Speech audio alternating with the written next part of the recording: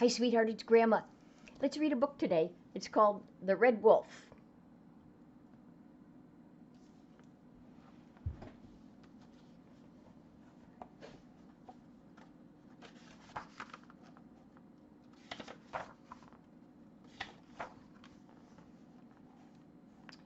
There once was a little princess called Rose Lupin, who was kept locked up at the top of a tall, stony tower.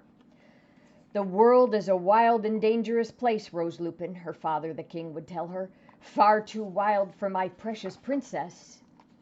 But every evening, as soon as the servants had dressed her for bed and locked the door behind them, Rose Lupin would climb up to her window and look longingly over the wild and dangerous world until it was too dark to see it any more.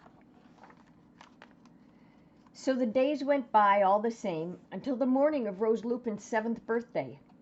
On that morning, a large golden box was found outside the castle gate with the words, "For Rose Lupin," spelled out in jewels on the lid. The strange box was carried up to Rose Lupin's tower, and everyone gathered around, all agog to see what was inside. But when Rose Lupin opened the box, they saw that it was filled with balls of wool, just different colors balls of wool, with a note on top. The note said, "Knit what you want." The king roared with laughter. "Knit what you want?" he crowed. "Some present. Tell you what, Rose Lupin, you can knit me a nice scarf."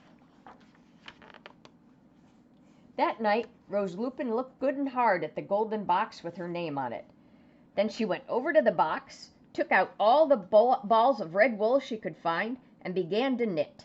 She knitted and knitted the whole night through, and when she had finished, Rose Lupin put on her new red wolf suit and said, "If the world's too wild for the likes of me, then a big red wolf I'd rather be." No sooner were the words out of Rose Lupin's new red wolfy mouth than she began to grow. And grow and grow until she burst right through the roof of the tall stony tower, and with one giant leap was out in the forest.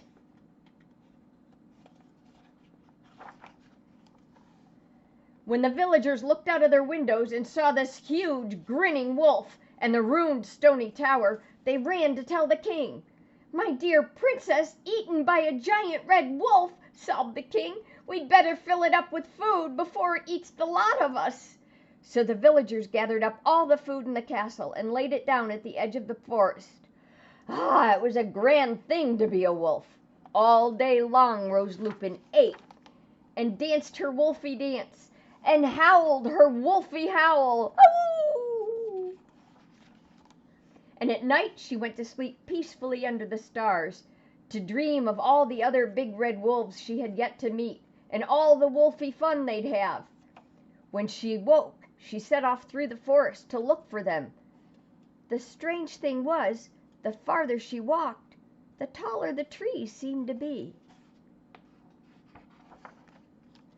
And the more she turned this way and that to find her way out, the more the forest grew and grew and grew around her, until it had swallowed her whole.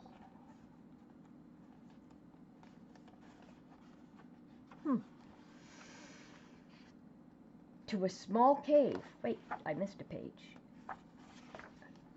When the villagers looked out their windows and saw that the wolf was gone, they ran to tell the king.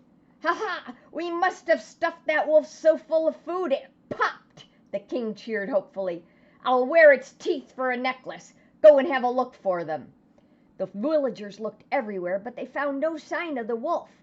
All they found was some red wool that wound and wound its way through the trees, deep into the forest, to a small cave where Princess Rose Lupin lay fast asleep. They carried her back to the castle, cheering and singing, and told the king how the clever Princess Rose Lupin had escaped from the giant red wolf and laid a trail for them to follow. "My little princess still alive!" the king cried, clasping her tight. And he ordered that a new tower be built at once, a tower even taller and stonier than the last, a tower no wolf could break through. There he locked her up good and tight, with a rich new gown to wear, and a golden box of wool to keep her busy. "Perhaps you could knit that nice scarf for me now, Rose Lupin," said the king. That night, Rose Lupin looked good and hard at the golden box with her name on it.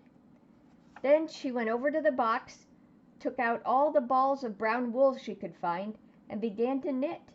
She knitted and knitted the whole night through, and in the morning when the king came to see her, she said, "Please, father dear, be meek and mild, and try these on for your only child," holding up not a nice scarf,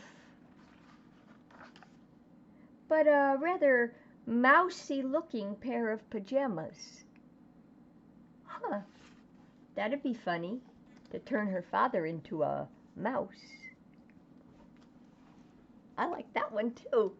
So far, I've liked all of them. Maybe that's because I'm picking the books. Well, we'll see another book another time. I love you.